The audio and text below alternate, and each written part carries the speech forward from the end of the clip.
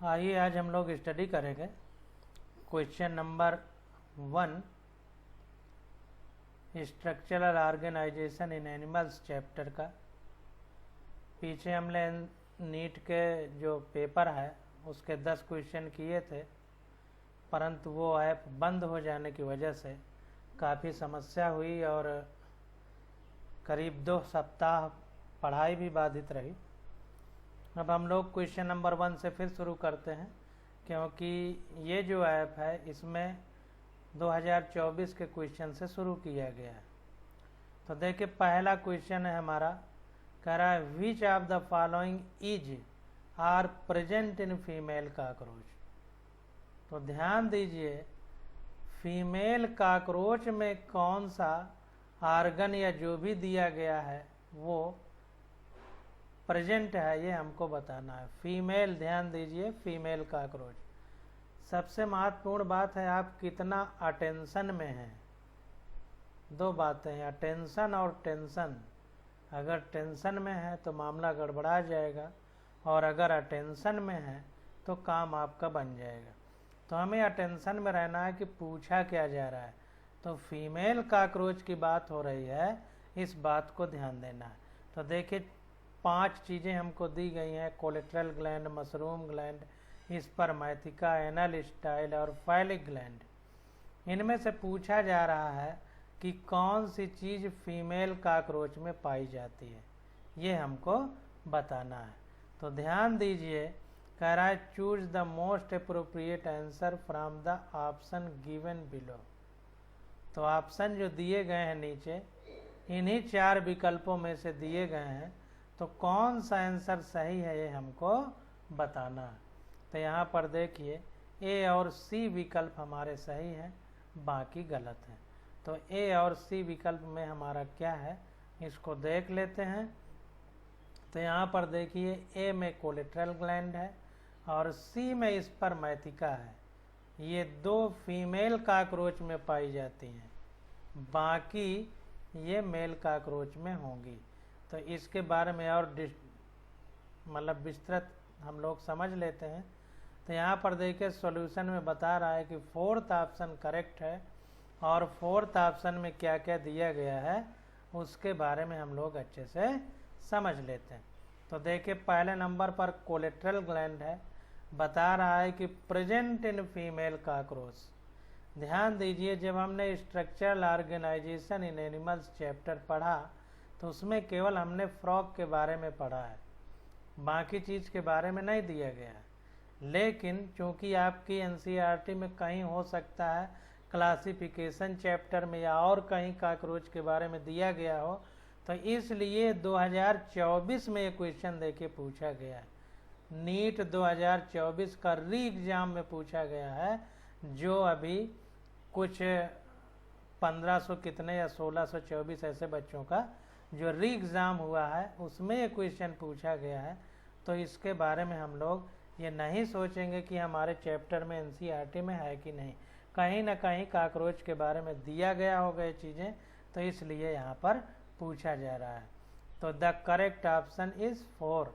तो collateral gland जो है वो फीमेल काकरोच में प्रेजेंट होगी, और it is a pair of gland that secrete the hard egg case or ootheca. तो ये जो हमारी कोलेट्रल ग्लैंड है ये पेयर में होती है, और यह क्या सिक्रीट करती है, जो भी सिक्रीट करती है पदार्थ, उससे क्या होता है, इसका एग केज यानी जो अंडे का खोल है, पिंजड़ा है, वो जो है मजबूत होता है या फिर ऊथिका। तो इस चीज़ को हमें ध्यान देना। दूसरा विकल्प देखिए है मशरूम ग्लैंड। जो दिए गए हैं विकल्प उन सब के बारे में यहाँ पर बताया जा रहा है। तो मशरूम ग्लैंड हमारी फीमेल काकरोच में पाई जाती है, present in male in the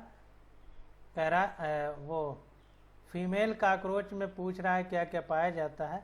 तो कोलेट्रल ग्लैंड हमारी फीमेल काकरोच में पाई जाती है, और मशरूम ग्लैंड हमारी मेल काकरोच में पाई जाती है। और कौन से, 6वें और 7वें एब्डोमिनल सेगमेंट, यानी काकरोच के पेट में 6वें और 7वें खंड पर हम मशरूम ग्लैंड देख सकते हैं। फीमेल में ये एब्सेंट होती है, इसीलिए ये विकल्प हमारा गलत हो गया था। अगला आ जाता है सी नंबर। सी नंबर में कह रहा है स्पर्मैथिका, तो present in female cockroach in the 6th abdominal segment. तो मेल में देखिए 6 और 7 में मशरूम ग्लैंड है, जबकि फीमेल में हमारी क्या है, स्पर्मैथिका। तो अभी जब हमने पढ़ा कोलेटरल ग्लैंड के बारे में, देखिए तो ऊथिका है, यहाँ पर स्पर्मैथिका है। ध्यान दीजिए भूल से भी गलती ना हो जाए कि स्पर्म का मतलब शुक्राणु होता है और मेल से संबंध होगा, बिल्कुल गलत। स्पर्म को इकट्ठा करने वाला जो अंग होगा या जो कैविटी होगी वो स्पर्मैथिका है, यानी ये स्पर्म को इकट्ठा करेगी मेल कॉकरोच के, इसलिए इसका नाम स्पर्मैथिका है। तो ये 6वें एब्डोमिनल सेगमेंट में पाई जाएगी फीमेल कॉकरोच के, इस बात को ध्यान देना। आगे आ जाता है anal style, absent in female cockroach, ये भी फीमेल कॉकरोच में एब्सेंट होगी। Present in male and project backwardly from 9th sternum. तो 9वें स्टर्नम में पाई जाएगी एनल स्टाइल, कुल मिलाकर के सबसे पीछे प्रेजेंट इन मेल कॉकरोच, तो मेल कॉकरोच में पाई जाएगी, इसको ध्यान देना। फाइलिक ग्लैंड, हमारी फाइलिक ग्लैंड भी फीमेल कॉकरोच में एब्सेंट होगी। तो सारे जितने ऑप्शन थे उन सब को हम लोगों ने यहाँ पर क्लियर कर लिया। अब देखिए आगे देखते हैं, कह रहा है, तो यहाँ पर देखिए आगे है कि present in male as a large club shaped gland located below the ejaculatory duct and reaches anteriorly up to the 5th abdominal segment. इससे कोई मतलब नहीं है, कह रहा है कि ए और सी फीमेल में प्रेजेंट होंगे, बाकी जो बचे बी, डी और ई ये मेल कॉकरोच में प्रेजेंट होंगे। तो option 1, 2 are incorrect as these structure are present in male. Option 3 is incorrect as it represent only a single structure which is present in female cockroach. तो कुल मिला के कहने का मतलब ये है, जो हमने ऊपर पढ़ा कि ए और सी हमारे विकल्प करेक्ट होंगे। अब क्वेश्चन नंबर 2 आ जाता है, कह रहा है in which of the following connective tissue the cell secrete fibre of collagen or elastin. तो कह रहा है कि ये जो ऑप्शन दिए गए हैं, इन ऑप्शन में से कौन सा ऐसा कनेक्टिव टिश्यू है जो फाइबर सिक्रीट करता है कोलेजन और आर इलास्टिन, यानी कोलेजन या इलास्टिन। तो देखिए विकल्प हमको दिया है, cartilage, bone, adipose tissue, blood, areolar tissue, ये हमको दिया है। और कह रहा है choose the most appropriate answer from the option given below, और हमको जो सबसे करेक्ट ऑप्शन है वो चूज करना है। तो यहाँ पर देखिए हमारा ए, बी, सी और ई इतने करेक्ट हैं, ए, बी, सी और ई, डी नहीं करेक्ट है। हमारा जो कनेक्टिव टिश्यू है द सेल सिक्रीट फाइबर और कोलेजन और इलास्टिन, और जो फाइबर होंगे उनमें कोलेजन और इलास्टिन होना चाहिए। तो कार्टिलेज भी हो सकता है, बोन भी हो सकता है, एडिपोज टिश्यू भी हो सकता है, और हमारा एरियोलर टिश्यू भी हो सकता है, ब्लड नहीं हो सकता है। ब्लड ऐसा कनेक्टिव टिश्यू नहीं है जिसमें कोलेजन और इलास्टिन पाया जाए। तो इसको देखते हैं, यहाँ पर देखिए ए, बी, सी और ई करेक्ट है, और ये क्वेश्चन हमारा नीट 2024 के री एग्जाम में पूछा गया है। तो देखिए यहाँ पर आंसर बता रहा है कि the correct answer is option 2 as blood does not contains fibre secreting cell called as fibroblasts. तो ब्लड में फाइबर सिक्रीटिंग सेल नहीं पाई जाती जिनका नाम फाइब्रोब्लास्ट है। Whereas cartilage, bone, adipose tissue and areolar tissue contain cell that secrete fibre of collagen और elastin are structural protein.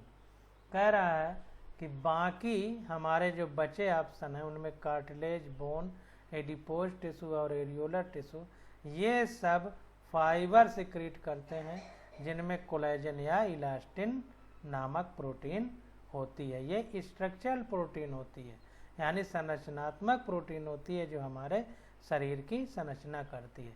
तो कह रहा है the other option 1, 3, 4 are incorrect as they mention blood which lack fibroblast. तो इस प्रकार से हमारा ये क्वेश्चन हो गया। अब तीसरा नंबर क्वेश्चन आता है। देखिए तीसरे नंबर क्वेश्चन में कह रहा है match list first with list second. तो लिस्ट फर्स्ट और लिस्ट सेकंड में हमको मैच करना है, और मैच करके बताना क्या है, choose the correct answer from the option given below. ये भी देखिए नीट 2024 री एग्जाम में आया है। तो ये हमको ऑप्शन दिए गए हैं, इन ऑप्शन में जो करेक्ट है वो हमको बताना है। तो डी विकल्प हमारा करेक्ट है। तो इस हिसाब से हम लोग इसको मैच करेंगे। तो देखिए डी में ए का थर्ड, बी का 4 है। तो देखते हैं ए का थर्ड, स्क्वैमस इपिथेलियम जो होती है wall of blood vessels. Squamous जो सेल होती है एपिथेलियम की वो चपटी होती है, और हमें जो ब्लड ले जाने वाली ग्लैंड है, ब्लड ले जाने वाली जो वेसल है उसमें अंदर ब्लड जाने के लिए जगह रखना है, इसलिए चपटी होती हैं। तो स्क्वैमस एपिथेलियम हमारी कहाँ पाई जाएगी, वॉल्स ऑफ ब्लड वेसल। दूसरा है सीलिएटेड एपिथेलियम। सीलिएटेड एपिथेलियम, इसमें बाल जैसी संरचनाएं होती हैं जिनको सीलिया कहते हैं। तो सीलिया ऐसे ऐसे लहराते रहते हैं, जैसे पानी में कोई बाल जैसी संरचना ऐसे ऐसे लहराए। तो जब ऐसे ऐसे लहराएगी तो वो तैर सकता है, तो तैर करके स्पर्म हुआ या अन्य चीज़ें जा सकती हैं। इसलिए सीलिएटेड एपिथेलियम कहाँ पाया जाएगा, inner surface of fallopian tube. तो ए का थर्ड, बी का 4 ऑप्शन करेक्ट हो जाएगा। इसके बाद सी का फर्स्ट और डी का सेकंड होगा।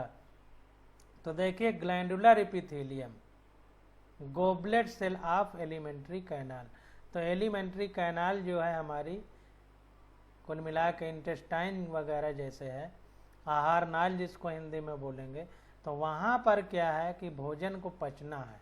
अब भोजन को पचना है तो पाचक रस यानी डाइजेस्टिव एंजाइम निकालना पड़ेगा, उसके लिए ग्लैंड की ज़रूरत है। तो ग्लैंडुलर एपिथेलियम हमारा कहाँ होगा, goblet cell of alimentary canal, क्योंकि यहाँ खाना पचाने के लिए पाचक रस की ज़रूरत है, और पाचक रस कहाँ से सिक्रीट होगा, हमारा ग्लैंड से। तो इसलिए ग्लैंडुलर एपिथेलियम हमारा goblet cells of alimentary canal में होगा। अब चौथा विकल्प हमारा कंपाउंड एपिथेलियम। तो कंपाउंड एपिथेलियम कहाँ पाया जाएगा, कंपाउंड का मतलब संयोजी ऊतक। कंपाउंड एपिथेलियम मतलब कई चीज का संयोग हो।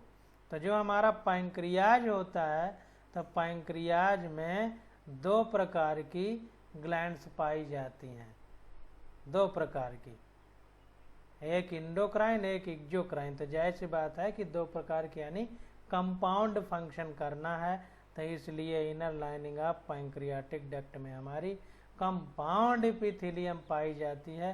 ये सब बातें हम आपको समझने के लिए बता रहे हैं कि ताकि कम से कम आप इसको एक बार पढ़ के इस बात को याद कर सकें। तो इस प्रकार से हमारा डी विकल्प करेक्ट हो जाएगा। ए का थर्ड, बी का 4, सी का फर्स्ट, डी का सेकंड। तो यहाँ पर देखिए the correct answer is option 4 as the simple squamous epithelium is involved in function like forming a diffusion boundary and is found in the wall of blood vessel. तो blood vessel की wall में squamous epithelium, the main function of ciliated epithelium is to move particle in a specific direction. तो specific direction में move करने के लिए ciliated epithelium चाहिए। epithelium is present in the inner surface of fallopian tube, इसलिए inner surface of fallopian tube में पाई जाती है। Goblet cell of the alimentary canal are examples of unicellular gland which consist of isolated glandular cells. ये हो गया goblet cell alimentary canal में। Compound epithelium is made of more than 1 layer. Compound का मतलब संयुक्त, तो एक से ज़्यादा लेयर से बनती है। And is found in the inner lining of pancreatic duct, और पैंक्रियाटिक डक्ट के इनर लाइनिंग में पाई जाती है। तो एक्सोक्राइन एंडोक्राइन दोनों प्रकार की ग्लैंड पैंक्रियाज में होती हैं। तो इस तरह हमने कंपाउंड से रिलेशन आपको बताया कि ताकि आप इस क्वेश्चन को याद कर सकें। क्वेश्चन नंबर 4 आ जाता है, कह रहा in both sexes of cockroach a pair of jointed filamentous structure called anal cerci are present on.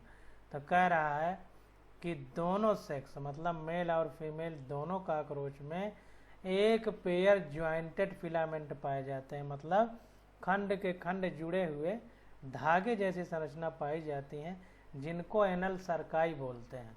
ये प्रेजेंट कहाँ होते हैं, यानी किस सेगमेंट में प्रेजेंट होते हैं, ये हमसे पूछ रहा है। तो देखिए बी विकल्प हमारा करेक्ट है। 10वें सेगमेंट में हमारा एनल सर्काई पाया जाता है, और ये मेल और फीमेल दोनों कॉकरोच में पाया जाता है। ध्यान दीजिए, अब देखिए यहाँ पर बता रहा है कि correct answer is option 2 because in both sexes of cockroach 10th segment bears a pair of jointed filamentous structures called anal cerci. तो ज्वाइंटेड फिलामेंटस स्ट्रक्चर जो मेल और फीमेल दोनों कॉकरोच के 10वें सेगमेंट में पाए जाते हैं वो क्या है, एनल सर्काई है। तो ऑप्शन 1, 3 और 4 are incorrect because 5th, 8 and 9 segment do not bear such structure. तो 10वें में ये पाया जाता है, बात हमको ध्यान देना है। क्वेश्चन नंबर 5 आ जाता है हमारा। तो क्वेश्चन नंबर 5 में देखते हैं, कह रहा है match list first with list second related to digestive system of cockroach. तो कॉकरोच के पाचन तंत्र से संबंधित ये क्वेश्चन है, और लिस्ट दी गई है पहली और दूसरी, और इस लिस्ट में करेक्ट मैचिंग हमको करना है। देखिए ABCD दिया है, तो करेक्ट जो मैचिंग है वो करके हमको बताना है कि कौन सा विकल्प हमारा करेक्ट है। तो देखिए ए विकल्प हमारा करेक्ट है, ए का 4, बी का सेकंड, सी का 3rd और डी का 1st हमारा करेक्ट है। इसको देखते हैं। देखिए कह रहा है the structure used for storing of food. तो फूड को स्टोर करने के लिए कॉकरोच के डाइजेस्टिव सिस्टम में जो स्ट्रक्चर होता है उसको हम क्या बोलते हैं, क्रॉप। इसको ऐसे याद रखिए, क्रॉप माने फसल होता है। तो फसल हमारा भोजन है, गेहूं, धान, गेहूं, चावल, मटर, ये सब फसल है। तो क्रॉप माने फसल। तो जो स्टोर सिस्टम है फूड का कॉकरोच में वो क्रॉप है। तो ए का हमारा 4 करेक्ट हो जाएगा। बी का सेकंड करेक्ट है, इसको देख लेते हैं।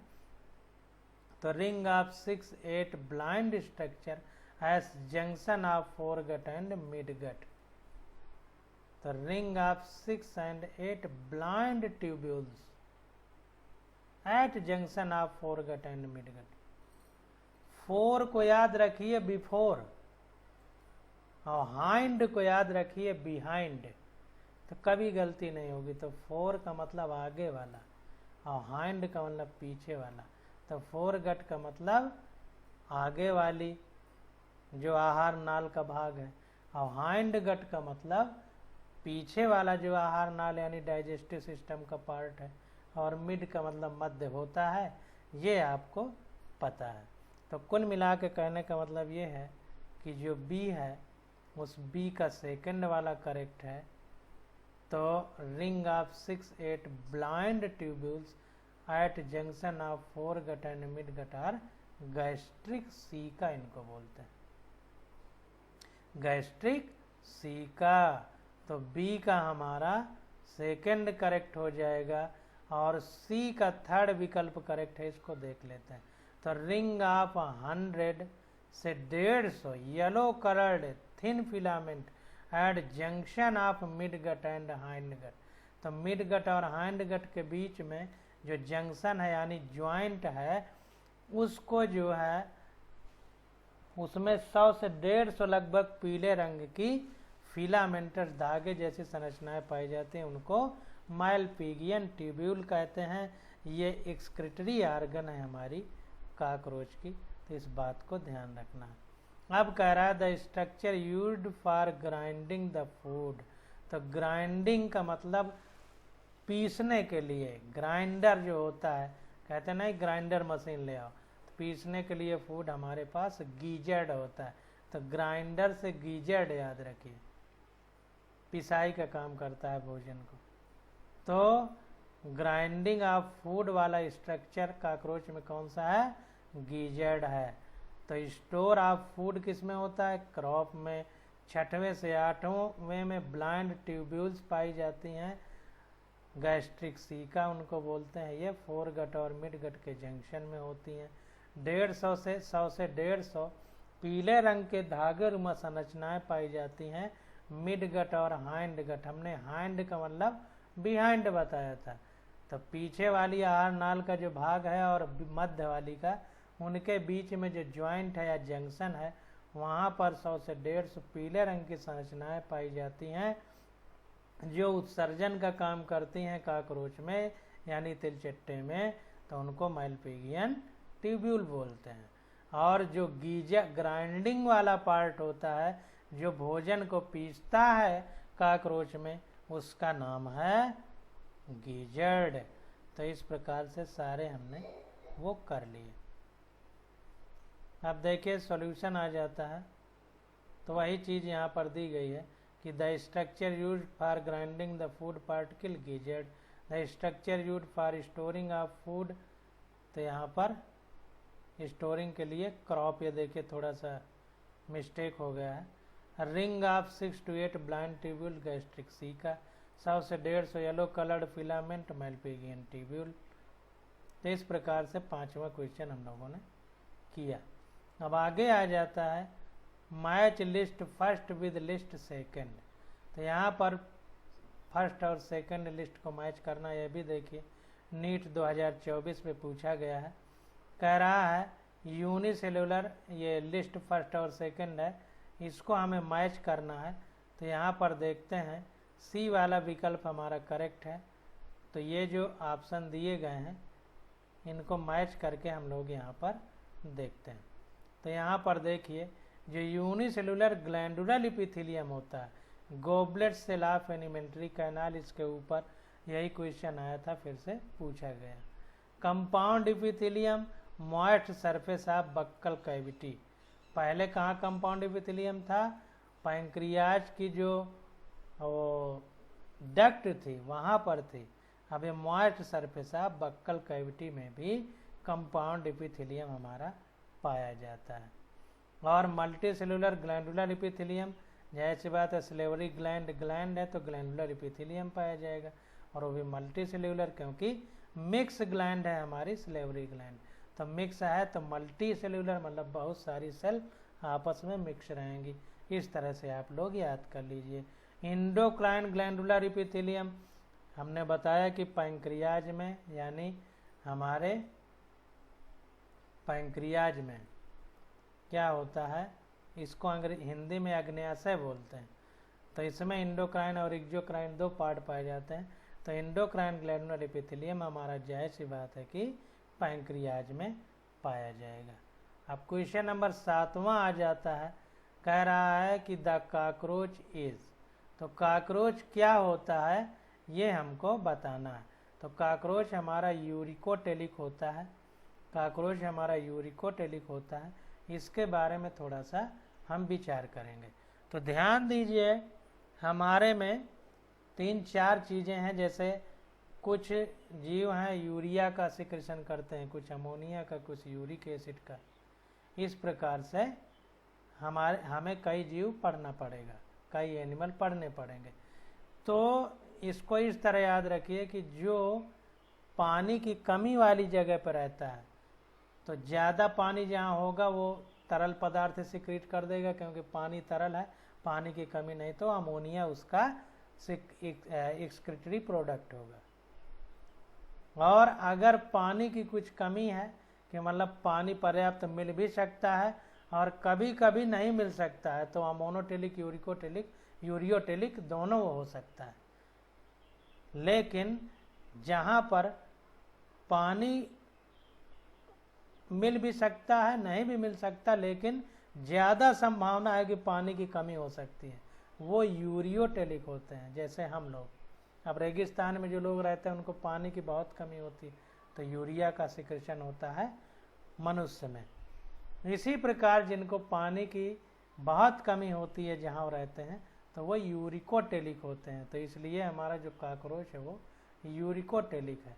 अब ये जो टेलिक हैं सब ये किस आधार पे हैं?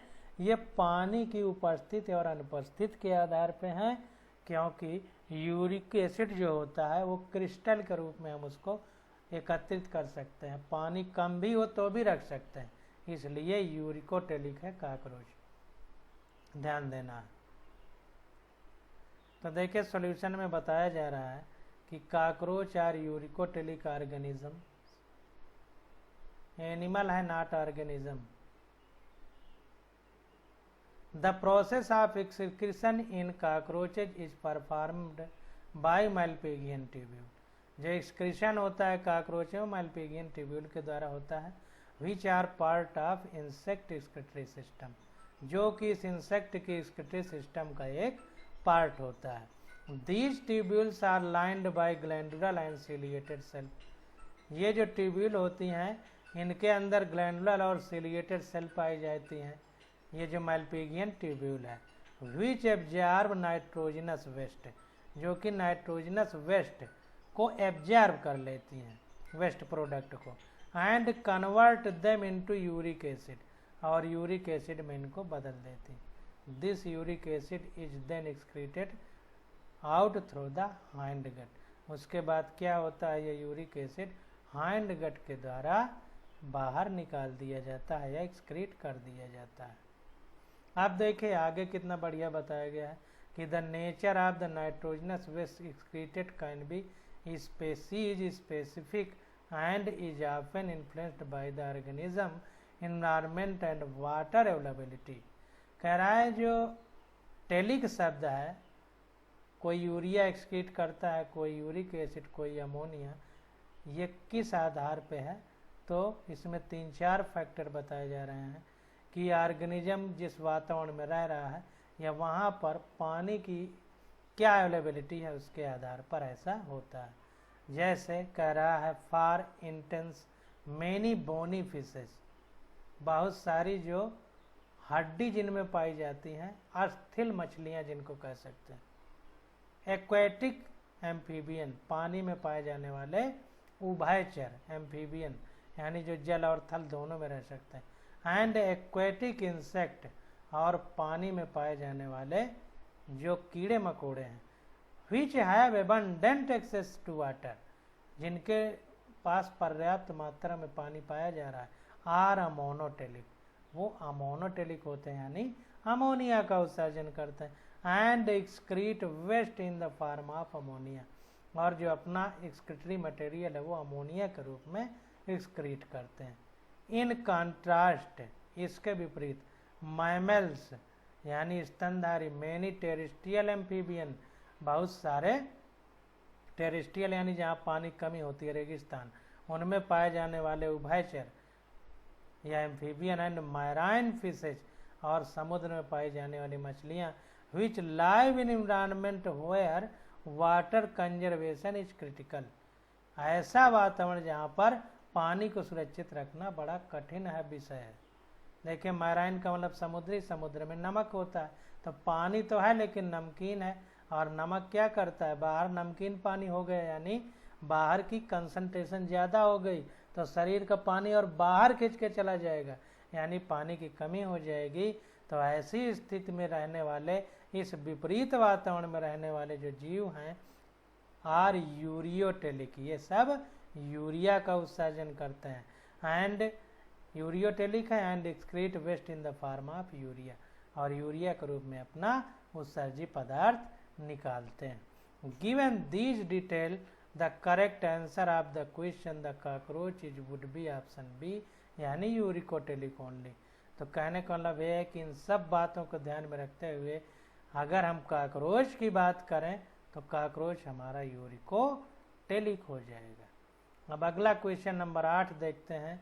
कह रहा है कि given below are two statements, दो स्टेटमेंट नीचे दिए गए हैं। स्टेटमेंट फर्स्ट देखिए कह रहा है कि in cockroach the fore wing are transparent and prothoracic in organism. अब देखिए फोर का मतलब बिफोर हमने आपसे बताया, यानी आगे वाले पंखों की बात हो रही है। तो कह रहा है in cockroach the fore wing are transparent and prothoracic in origin, यानी थोरैकिक में प्रो लगा है, प्रो का मतलब पहले, और प्रो का मतलब बहुत पहले, और प्री का मतलब पहले। जैसे प्रोकैरियोट मतलब बहुत पहले रहे होंगे, तो इस प्रकार से समझना है। तो प्रोथोरैकिक मतलब थोरैक्स के बहुत पहले ये पाए जाएंगे पंख। और दूसरा कह रहा है in cockroach the hind wing, hind का मतलब बिहाइंड, आर ओपेक मतलब इनसे आर पार नहीं लाइट जा सकती, लीथरी एंड मीजोथोरैकिक इन ओरिजिन। ये लीथरी लेदरी है, मतलब कि मोटे जैसे लेदर चमड़ा, मतलब चीमड़ है चमड़े जैसे, एंड मीजोथोरैकिक इन ओरिजिन, और थोरैक्स यानी जो इसका थोरैकिक भाग है उसके मिडिल पार्ट से निकले हैं मीजोथोरैक्स। तो कह रहा है दो स्टेटमेंट बताए जा रहे हैं। तो कह रहा है in the light of the above statement choose the correct answer from the given option below. तो जो ऑप्शन नीचे दिए गए इनमें से करेक्ट हमको बताना है। तो चौथा विकल्प हमारा करेक्ट है, statement first and statement second are false, मतलब पहला और दूसरा दोनों जो बातें लिखी गई वो गलत है। अब सही क्या है उसके बारे में हम नीचे पढ़ लेते हैं। तो कह रहा है कि the first pair of wings, जिसको फोर विंग कहते हैं या इसी को टेगमाइना भी बोलते हैं, आर नॉट ट्रांसपेरेंट, ये ट्रांसपेरेंट नहीं है, and prothoracic in origin, prothoracic origin तो है लेकिन ट्रांसपेरेंट नहीं है, पारदर्शी नहीं है। As stated in statement first, instead they are opaque dark leathery, ये अपारदर्शी है, काले रंग मतलब गहरे रंग का है, लीदरी है मतलब चीमड़ है, चमड़ीला है, चमड़े जैसा है, and originate from the mesothorax, और मीजोथोरैक्स से निकलता है। अगला क्या है, कह रहा है कि the second pair of wing, जिनको हाइंड विंग कहते हैं, आर नॉट ओपेक, ये ओपेक नहीं होते। पहले वाले जिनको ट्रांसपेरेंट कह रहा है वो ओपेक है, और जिनको ओपेक कह रहा है वो ओपेक नहीं है। Leathery and mesothorax in origin, leathery है और मीजोथोरैक्स इन ओरिजिन में है, as stated in statement second, जैसा कि स्टेटमेंट सेकंड में कहा गया। Instead they are transparent, जो हाइंड विंग है ट्रांसपेरेंट है, मेम्ब्रेनस है, and originate from the metathorax, metathorax से निकलते हैं, जबकि क्वेश्चन में मीजोथोरैक्स से बता रहा है। और जो फर्स्ट पेयर ऑफ विंग है, जिनको हम फोर विंग या टेगमाइना कहते हैं, वो मीजोथोरैक्स से निकलते हैं, जबकि ऑप्शन में क्या कह रहा था स्टेटमेंट में कि ये प्रोथोरैक्स से निकलते हैं। तो इसलिए दोनों विकल्प हमारे गलत हो गए। अब क्वेश्चन नंबर 9 देखते हैं। कह रहा है लिस्ट फर्स्ट और लिस्ट सेकंड ये दी गई है, कह रहा है choose the correct answer from the option given below. तो जो ऑप्शन दिए गए हैं इनमें हमको करेक्ट मैच करना है, तो डी विकल्प हमारा करेक्ट मैच है, और मैचिंग के आधार पर हम लोग यहाँ पर आंसर देखेंगे। तो यहाँ पर देखिए ए का सेकंड है, तो columnar epithelium inner lining of stomach and intestine. तो हमने आपको बताया था जो पिछला वीडियो है उसमें कि कॉलम वर्ड, कॉलम वर्ड का मतलब क्यूबॉइडल और कॉलमनर दो वर्ड है। तो मान लीजिए ये कोई सतह है, इसमें ज़्यादा ऊंचाई तक न जाया जाए, ऐसे ऐसे ज़्यादा ऊंचाई तक जाया जाए, इस तरह से, इस तरह से ज़्यादा ऊंचाई तक जाया जाए, इस तरह से, इस तरह से, तो ये कॉलमनर हो जाएगा। और अगर कम ऊंचाई तक जाया जाए तो क्यूब घन जो है जिसकी सारी भुजाएं बराबर होती हैं, तो उस तरह ऊंचाई रहे अगर कि ये चौड़ाई भी बराबर हो इस तरह, तो इसको क्यूबॉइडल इपिथेलियम बोलते हैं। तो कॉलमनर इपिथेलियम हमारे इंटेस्टाइन में पाई जाएगी, क्योंकि यहाँ पर भोजन का अवशोषण होना है, तो सरफेस एरिया को बढ़ाना पड़ेगा फूड के एब्जॉर्प्शन के लिए, तो इसलिए कॉलमनर एपिथेलियम पाई जाती है। तो columnar epithelium inner lining of stomach of intestine में पाई जाएगी। अगला है हमारा बी का थर्ड विकल्प करेक्ट है, इसको भी समझ लीजिए।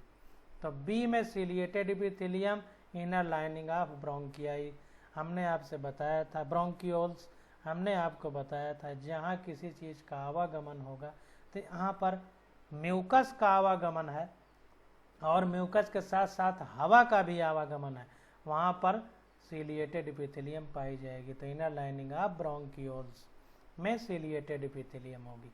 अगला है हमारा सी, तो सी का 4 विकल्प करेक्ट है, इसको देख लेते हैं। तो स्क्वैमस एपिथेलियम इंडोथेलियम में पाया जाएगा। स्क्वैमस का मतलब चपटी, तो ये इंडोथेलियम में पाया जाएगा। इंडोथेलियम का मतलब जो हमारी ब्लड ले जाने वाली वेसल है उनकी जो सतह बनी होती है। अब आगे आ जाता है क्यूबॉइडल एपिथेलियम, तो डक्ट ऑफ ग्लैंड हो जाएगा डी का पहला विकल्प।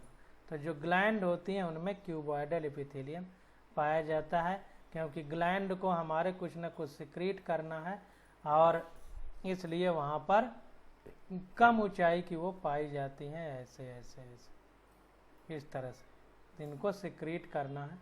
तो ये अपना जो भी सिक्रीशन है जो ग्लैंड के अकॉर्डिंग सिक्रीट करती हैं। तो इस प्रकार से 4th विकल्प हमारा करेक्ट हो जाएगा। अब एक्सप्लेनेशन थोड़ा देख लेते हैं। तो columnar epithelium, this type of epithelium consist of tall, देखिए लंबा, cylinder and column like cell पाई जाती है। अभी लंबाई हमने बताया। It's found in the inner lining of stomach and intestine, stomach और इंटेस्टाइन के अंदर वाली लाइनिंग में पाई जाएंगी। सिक्रीशन एंड एब्जॉर्प्शन इनका काम है। Matches with second. अब सिलिएटेड एपिथेलियम, तो दीज आर टिपिकली कॉलमनर और क्यूबॉइडल सेल्स। देखिए सिलिएटेड वाले में क्यूबॉइडल या कॉलमनर दो में से कोई हो सकती हैं। दे हैव सीलिया यानी स्मॉल हेयर लाइक प्रोजेक्शन, धागे जैसी संरचना पाई जाती है इनमें ऑन दियर सरफेस, इनकी सतह। Ciliated epithelium is usually found in the bronchioles. Ciliated epithelium जो होती है वो जनरली कहाँ पाई जाती है? ब्रोंकियोल में, air passage in the lung, जहाँ पर सीलिया होगी वहाँ से कुछ न कुछ जाएगा तो यहाँ पर हवा पास होती है, और mucus. And in the fallopian tube in female, fallopian tube में देखिए स्पर्म मूव करता है, इसलिए वहाँ भी ciliated epithelium. The cilia help to move mucus and other substance, जो सीलिया होते हैं या म्यूकस और दूसरे पदार्थों के गमन में या संचारण में सहायक होते हैं, इसलिए बी का 3rd हमारा मैच होगा। अगला आ जाता है squamous epithelium.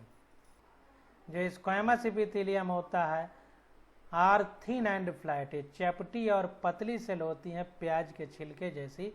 Similar in shape to fish scale, जैसे हमारी मछली की खाल निकलती है उस तरह।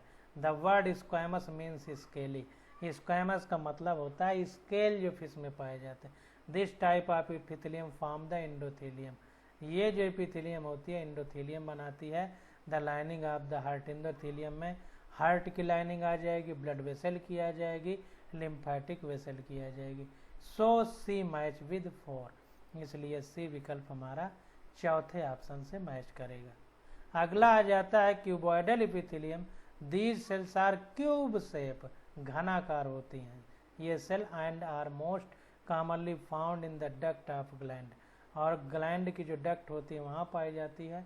And kidney tubules where they assist with secretion and absorption, और ये सिक्रेशन और एब्जॉर्प्शन से संबंधित हैं, इसलिए डी का 1st ऑप्शन हमारा मैच करेगा। अब क्वेश्चन नंबर 10 आ जाता है। कह रहा है given below are 2 statement, 2 statement दिए गए हैं। पहला है, कह रहा है ligaments are dense irregular tissue, जो लिगामेंट होते हैं वो डेंस होते हैं और इरेगुलर टिश्यू होते हैं। स्टेटमेंट 2 कह रहा है cartilage is dense and regular tissue. तो कह रहा है in the light of the above statement choose the correct answer from the given option below. तो जो नीचे ऑप्शन दिए गए हैं इन ऑप्शन में से हमको चूज करना है। तो देखिए पहला विकल्प हमारा करेक्ट है, बोथ फर्स्ट और सेकंड स्टेटमेंट हमारे दोनों गलत हैं। इसके ऊपर वाले ऑप्शन में भी दोनों गलत। तो कैसे गलत हैं? Option first is the correct answer because ligament is an example of dense regular connective tissue. जो लिगामेंट है वो डेंस रेगुलर कनेक्टिव टिश्यू है, सो स्टेटमेंट फर्स्ट इनकरेक्ट हो जाएगा। And cartilage is example of specialised connective tissue and not dense regular tissue. जो cartilage है या specialised connective tissue होता है, ये डेंस और रेगुलर नहीं होता, इसलिए स्टेटमेंट सेकंड भी हमारा इनकरेक्ट हो गया। तो कहने का मतलब निकला कि जो हमारा लिगामेंट है ये डेंस रेगुलर कनेक्टिव टिश्यू है, और कार्टिलेज जो है हमारा ये नॉट डेंस रेगुलर, ये क्या है? स्पेशलाइज्ड कनेक्टिव टिश्यू है, नॉट डेंस और रेगुलर टिश्यू। तो इस प्रकार से दोनों स्टेटमेंट हमारे गलत हो जाएंगे। अब आ जाता है क्वेश्चन नंबर हमारा 11। तो इसकी स्टडी हम लोग अगले लेक्चर में करेंगे। आज बस यहीं तक। Okay, thank you.